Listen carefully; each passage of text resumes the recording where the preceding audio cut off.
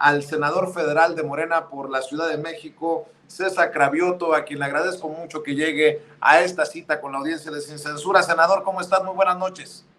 Gracias, Vicente. Buenas noches. Un saludo a ti, a tu auditorio, como Oiga, siempre. a ver, entre las cosas que le quiero preguntar, ¿cómo ve este amago de legisladores estadounidenses de casi mandarnos los helicópteros Black Hawk para librarnos, gracias a la mano democrática del imperio, librarnos de los narcos porque no lo soportan ya? ¿Cómo ves, César, esta situación que pues no sé qué tan tensa haga la relación México-Estados Unidos en estos momentos, pero escuchamos al presidente responderles con toda claridad y puntualidad de la mañanera, y también escuchamos a la vocera de la Casa Blanca pronunciarse por el caso de los ciudadanos secuestrados en Matamoros, Tamaulipas, entre otras cosas.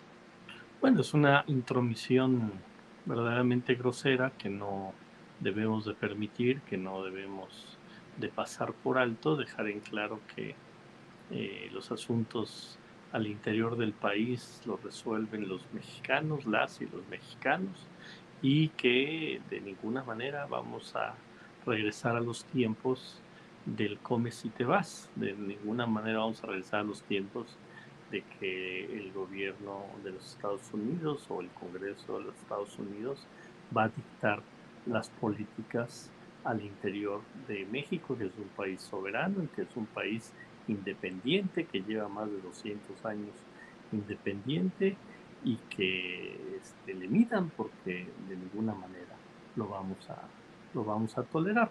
Ya sabemos que vienen tiempos electorales en Estados Unidos, así como en el 2024 habrá elecciones generales en México, también en Estados Unidos las habrá. Entonces estos amagos y estos escarceos para decirle a ese electorado muy conservador y de derecha en Estados Unidos, que todavía les gusta pensar que Estados Unidos es el policía del mundo, lo vamos a ver seguramente intensificado.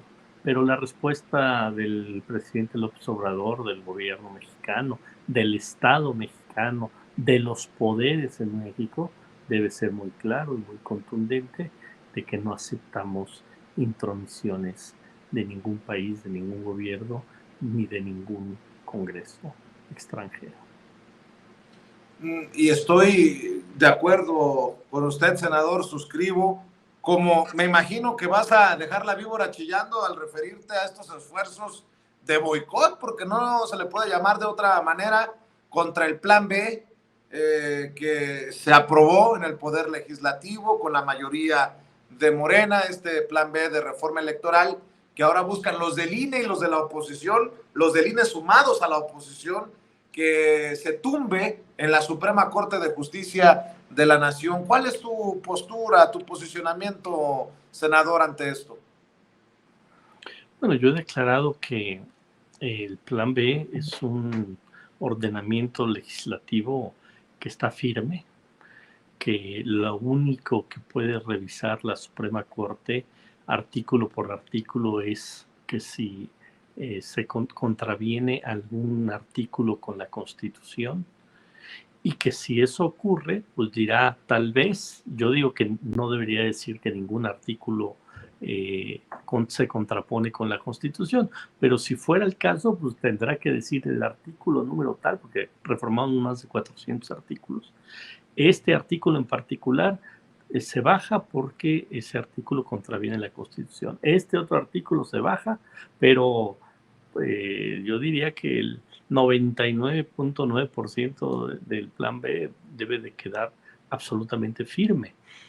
La oposición, de manera mentirosa, de manera engañosa y de manera irresponsable, le dijo a sus seguidores, a su electorado: vamos a marchar, vamos a llenar el Zócalo para exigirle a la Suprema Corte de Justicia que eche para atrás el Plan B.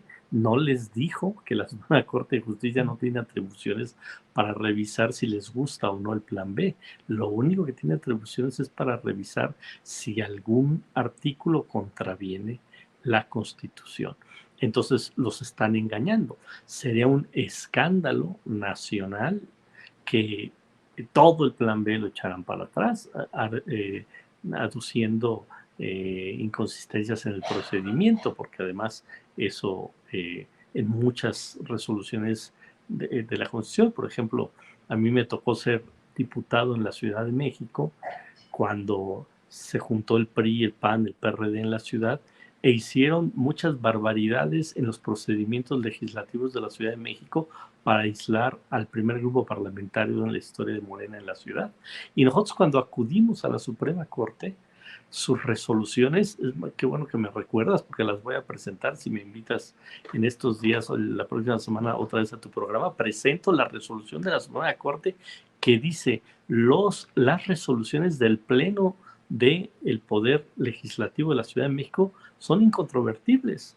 Entonces, si ahora utilizan otro argumento para decir bajamos todo el plan B, pues sería un escándalo verdaderamente nacional y ya estaríamos hablando que así como el INE ya tomó partido, estaríamos hablando que ya la Suprema Corte de Justicia pues ya tomaría partido y dejaría de ser el órgano que imparte justicia en este país. Entonces yo no creo que se avienten una barbaridad de esas. Insisto, cuando mucho bajarán algunos artículos del plan B, pero el resto, que será la gran mayoría, ya están firmes. Y fíjate que he tenido algunos encuentros en los últimos días. Hoy tuve un evento que organizó una organización social con varios académicos, sobre todo personas que tienen universidades y muchos abogados, y pregunté algunos temas del plan B y mucha gente, la gran mayoría de las asistentes que había ahí, alrededor de unas 200 personas, no conocían, por ejemplo, que les damos más derechos a los migrantes para votar, más alternativas para votar, que le damos igualdad de género por primera vez en la ley a que haya la mitad de candidaturas de hombres y de mujeres en todos los partidos políticos, que le damos alternativas para que puedan votar, por ejemplo, las personas que están en prisión, que no han tenido una sentencia, que sus derechos políticos están intactos para que puedan votar, que a las personas postradas les damos alternativas para votar, que les damos obligación a los partidos para que pongan en sus listas personas de la comunidad LGBT, personas con discapacidad, personas indígenas, personas afromexicanas, migrantes. Eso no lo sabe la gente, porque los medios de comunicación solo se la pasaron diciendo que estamos destruyendo la democracia, que el INE no se toca, pero también me he reunido con representantes de otros gobiernos de otros países que cuando les platico esto me dicen, pues porque tú me lo estás platicando y porque hemos pedido que nuestros asesores revisen el famoso plan B, pero en los medios de comunicación no se dice esto. Entonces, el nivel de desinformación, de manipulación informativa, ustedes también, tu propio medio y otros medios independientes que fueron a la marcha y que fueron a la concentración del domingo antepasado de la derecha, le preguntaban a la gente cosas que la gente decía, sí estoy de acuerdo, pues eso es lo que viene en el plan B o que venía en la reforma constitucional que rechazó la derecha y que aprobó Morena. Entonces, por supuesto que están desvirtuando lo fundamental del plan B, por supuesto que están engañando a la población, pero a una parte de la población, porque el resto de la población, por supuesto que apoya la decisión que tomamos de hacer estas reformas. Y ahora viene un nuevo tirito, que es reformas que tenemos que hacer al Poder Judicial. Y aunque dice el presidente que a eso no le va a entrar porque no le alcanzaría el tiempo, pero ustedes desde el legislativo ¿le piensan entrar? Sí, La respuesta contundente es sí. He estado hablando con distintos compañeros y compañeras senadoras y senadores y vamos a presentar una serie de reformas no constitucionales porque no tendríamos posibilidades, pero sí de reformas a leyes secundarias para cambiar algunas cosas del Poder Judicial. Y puedo adelantar por lo menos una. Ya, te voy a dar la primicia, Vicente. Venga, César. Por ejemplo, las sesiones del Consejo de la Judicatura son sesiones cerradas. ¿Por qué? ¿Por qué las sesiones del Consejo de la Judicatura son cerradas? Si las sesiones de la Suprema Corte son abiertas, el Consejo de la Judicatura es el órgano que revisa la actuación de jueces, de magistrados. Vamos a pedir que en la ley venga que tienen que ser abiertas, que la sociedad se entere qué están discutiendo quienes están en el Consejo de la Judicatura, que si pusieron en la mesa ese juez que quería dejar libre al exdiputado priista que le echó ácido en la cara a la saxofonista, que veamos en el Consejo de la Judicatura si trataron el tema de los magistrados que decidieron regresarle las cuentas a la esposa de García Luna, de Cárdenas Palomino. ¿A poco no son temas que nos deben de interesar a los mexicanos? ¿Que discuten en el Consejo de la Judicatura? En el Consejo de la Judicatura discuten pues, los dineros del Poder Judicial, la parte administrativa del Poder Judicial.